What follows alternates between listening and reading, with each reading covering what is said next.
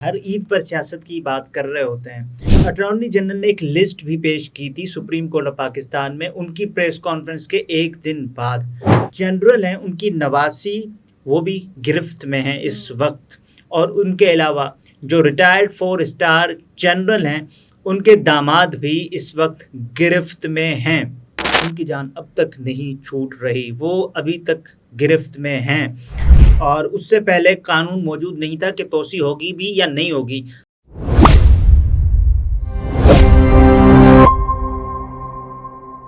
السلام علیکم، میں ہوں نمرہ سہیل، آپ دیکھ رہے ہیں الگ نیوز۔ عبدالستار ہمارے ساتھ ہیں۔ آپ سب کو ہماری طرف سے بہت عید مبارک، اور امید ہے کہ آپ لوگ بہت اچھے سے اپنی عید کو انجوائے کر رہے ہوں گے، گوشت وغیرہ کھا رہے ہوں گے، اور ہر عید کی طرح یہ عید بھی جو ہے سیاست سے بالکل جڑی ہوئی ہے۔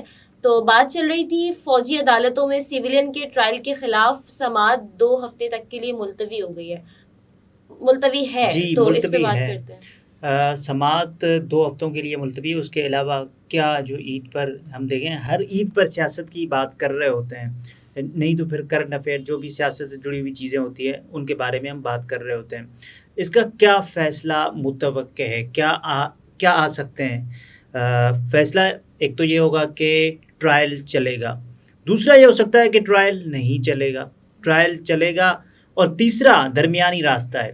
درمیانی کیا ہے؟ درمیانی یہ کہ کنڈیشنل ٹرائل چلے گا، مشروط کوئی یہ کنڈیشنز ہوں گی، پھر یہ کنڈیشنز ہوں گی تو ٹرائل چلے گا۔ جبکہ D G I S P R نے پریس کانفرنس کی تھی گزشتہ دنوں، آپ کو یاد ہوگا کہ 102 لوگوں کا ٹرائل ابھی بھی جاری ہے۔ تو اس کے بعد پھر اٹارنی جنرل نے ایک لسٹ بھی پیش کی تھی سپریم کورٹ آف پاکستان میں ان کی پریس کانفرنس کے ایک دن بعد۔ D G I S P R نے کہا تھا کہ ٹرائل تو چلے گا۔ ان گنت لوگوں نے ان گنت مقامات پر جلاؤ گھیراؤ کیا۔ ایک سوال یہ بنتا ہے، کیا وہ سب مقامات کے جہاں پر لوگوں نے جلاؤ گھیراؤ کیا، قابل مذمت فعل انجام دیا، کیا وہ مقامات فوجی تھے، یا اگر تھے نہیں تھے؟ یہ ایک سوال ہے۔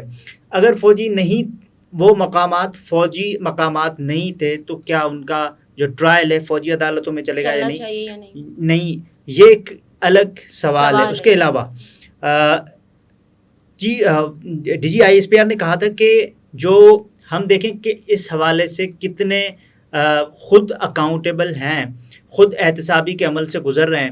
جو ریٹائرڈ 4 اسٹار جنرل ہیں ان کی نواسی وہ بھی گرفت میں ہیں اس وقت، اور ان کے علاوہ جو ریٹائرڈ 4 اسٹار جنرل ہیں ان کے داماد بھی اس وقت گرفت میں ہیں۔ تو اس حوالے سے پھر افتخار شیرازی صاحب نے پوچھا کہ کور کمانڈر ہاؤس پر جنہوں نے حملہ کیا تھا جو بھی افراد تھے، اس کے بعد پھر وہ یکے بعد دیگرے آئے، عدالت ضمانتیں ہوئیں ان کی، اور وہ پریس کانفرنس کرتے رہے۔ بعض مواقع پر ہم نے یہ بھی دیکھا کہ عدالتیں یہ کہہ رہی تھی کہ پریس کانفرنس کریں گے تو جان چھوٹے گی۔ بہرحال افتخار شیرازی نے سوال پوچھا تھا کہ دیکھیں کہ جو پریس کانفرنس کرتا ہے اس کی جان چھوٹ جاتی ہے، یہ آسان نسخہ ہے۔ بہرحال مراد راس نے پریس کانفرنس کی، جان چھوٹ گئی۔ اس کے علاوہ سانحہ 9 مئی پر اکسانے کے الزام میں جو دیگر رہنما ہیں، فیض اللہ کموکا ہوئے، فیاض الحسن چوہان ہوئے، تو ان کی تو پھر جان چھوٹ گئی۔ اس کے بعد جب سے انہوں نے ایک پریس کانفرنس کی، سانحہ 9 مئی کی مذمت کی، اور یہ جا وہ جا۔ اس کے بعد اب یہ دیکھیں کہ میاں اکرم عثمان جو میاں محمود الرشید کے داماد ہیں، ان کی جان اب تک نہیں چھوٹ رہی، وہ ابھی تک گرفت میں ہیں۔ فوجی عدالتیں کیوں بنائی گئی تھیں؟ اس سے پہلے جو ہمارے پاس ایک مثال ہے، جب ملک میں دہشت گردی عروج پر تھی، جب ملک میں دہشت گردوں سے نمٹنے کے لیے اور ان کو جلد از جلد سزائیں دینے کے لیے 2 سال کے لیے فوجی عدالتیں بنائی گئیں۔ نیشنل ایکشن پلان مرتب دیا گیا تاکہ فوجی عدالتیں فیصلہ کریں، جو بھی دہشت گردی میں ملوث ملزمان ہیں ان کو جلد از جلد کیفر کردار تک پہنچایا جائے۔ بہرحال اس کے بعد یہ دیکھیں ہر دور حکومت میں ہم نے یہ دیکھا ہے کہ فوجی عدالتیں بنی ہوئی ہوتی ہیں، پھر وہ کیسز چلتے ہیں. اس کے علاوہ ہوتا کیا ہے؟ ہوتا یہ کہ کیسز جلدی پھر ہو جاتے ہیں. تو عمران خان صاحب کے دور میں بھی انجینئر حسن عسکری نے خط لکھا تھا. ان کے خلاف فوجی عدالت میں مقدمہ شروع ہو گیا تھا. خط کیا تھا؟ خط میں یہ تھا کہ جنرل باجوہ صاحب آپ ایکسٹینشن نہ لیں، ایکسٹینشن توسیع نہ لیں. جب عمران خان صاحب کے دور حکومت میں جنرل باجوہ کو 3 سال کے لیے مزید توسیع دی گئی تھی، اور اس سے پہلے قانون موجود نہیں تھا کہ توسیع ہوگی بھی یا نہیں ہوگی. تو ایک آئینی ترمیم کے ذریعے پہلے تو اسمبلی سے بات منظور کروا لی گئی کہ صاحب ہم ایکسٹینشن دینے جا رہے ہیں، اور یہ متفقہ قرارداد منظور ہو گئی. اس کے بعد جنرل معاف کیجیے گا انجینئر حسن عسکری نے جنرل باجوہ کو خط لکھا تھا کہ جنرل باجوہ صاحب آپ ایکسٹینشن نہ لیں. اس کے علاوہ انہوں نے 2 اسٹار ہوتے ہیں میجر جنرل، ان کو بھی انہوں نے خط لکھا کہ آپ جو بھی ہے اس کی حمایت نہ کریں ایکسٹینشن کے حوالے سے. تو لیکن انہوں نے ایکسٹینشن لی. جی انہوں نے ایکسٹینشن لی. اس وقت یہ کہا جا رہا تھا کہ ملک کے وسیع تر مفاد میں یہ ہے کہ اس وقت جو بارڈر کی صورتحال ہے، خطے کی صورتحال ہے، پاکستان کے وسیع تر مفاد میں یہ ہوگا. ناگزیر حالات کی بنا پر دیکھیں یہ جو ایکسٹینشن ہے وہ جنرل باجوہ صاحب کو 3 سال کے لیے دی گئی ہے اس وقت کے لیے.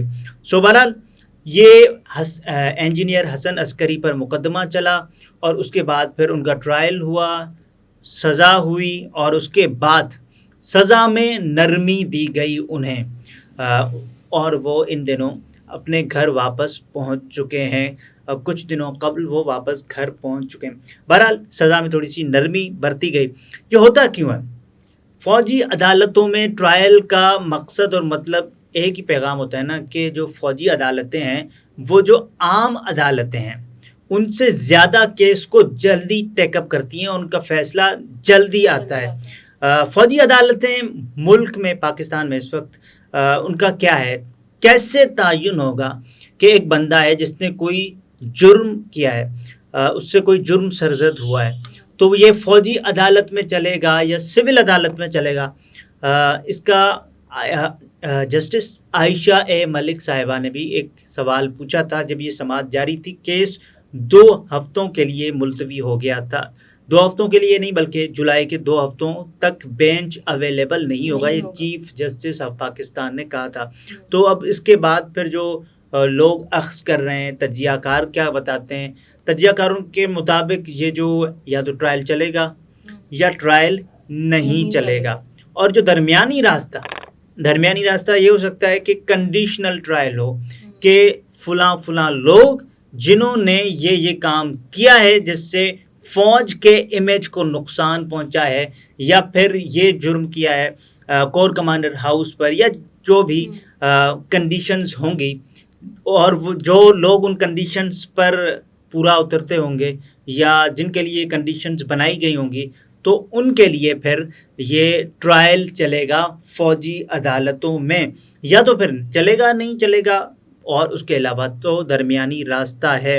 بہرحال 17 ملٹری کورٹس ہیں اس وقت ملک میں جن میں یہ ٹرائل ہو رہا ہے. DGISPR نے اپنی پریس کانفرنس میں بھی یہ بات کہی تھی. تو اس کے علاوہ اب کیا ہو سکتا ہے؟ ممکنات تو یہ ہے نا، ایک تو چیف جسٹس صاحب کہیں تو یہ بھی کہہ سکتے ہیں کہ ٹرائل آپ کا چلے گا، اس کے بعد پھر آپ آئیں گے ہمارے پاس، ہماری جو عدالتیں ہیں وہ آپ کے لیے کھلی ہیں. اور اٹارنی جنرل صاحب نے اس وقت کیا کہا تھا؟ اٹارنی جنرل صاحب نے کہا تھا کہ جو آئینی تقاضے ہیں، جو قانونی تقاضے ہیں، وہ بالکل پورے کیے جائیں گے. فوجی عدالتوں میں جو ٹرائل چل رہا ہے جن لوگوں کا، چیف جسٹس صاحب نے کہا تھا کہ لوگوں کا خیال رکھیں، ہم اب عید کے بعد ملیں گے. تو ابھی عید جاری ہے، سو اس کے بعد پھر یہ فیصلہ ہونا ہے. 2 ہفتوں تک، جولائی کے 2 ہفتوں تک کے لیے سماعت ملتوی ہے. اس کے بعد پھر یہ سماعت جب جاری رہے گی، اس کے بعد ہوگا کیا؟ یہ جو 3 کنڈیشنز ہم نے بتائی ہیں یہ ممکنہ طور پر ہوں گی۔ اور اٹارنی جنرل نے کہا ہے کہ ملزمان کے حوالے سے تحقیقات تو جاری ہیں۔ جی، اور پھر اس کے اٹارنی جنرل کے اس سے ایک دن پہلے جب D G I S P R نے پریس کانفرنس کی تھی، انہوں نے کہا کہ ہمارے پاس ناقابل تردید شواہد موجود ہیں جن کو جھٹلایا نہیں جا سکتا کہ کون اس کے منصوبہ ساز ہیں، کون اس کے سہولت کار ہیں جنہوں نے سانحہ 9 مئی پلان کیا۔ ناظرین، گفتگو آپ نے ملاحظہ فرمائی۔ عبدالستار ہمارے ساتھ تھے، اجازت دیجیے، اللہ حافظ۔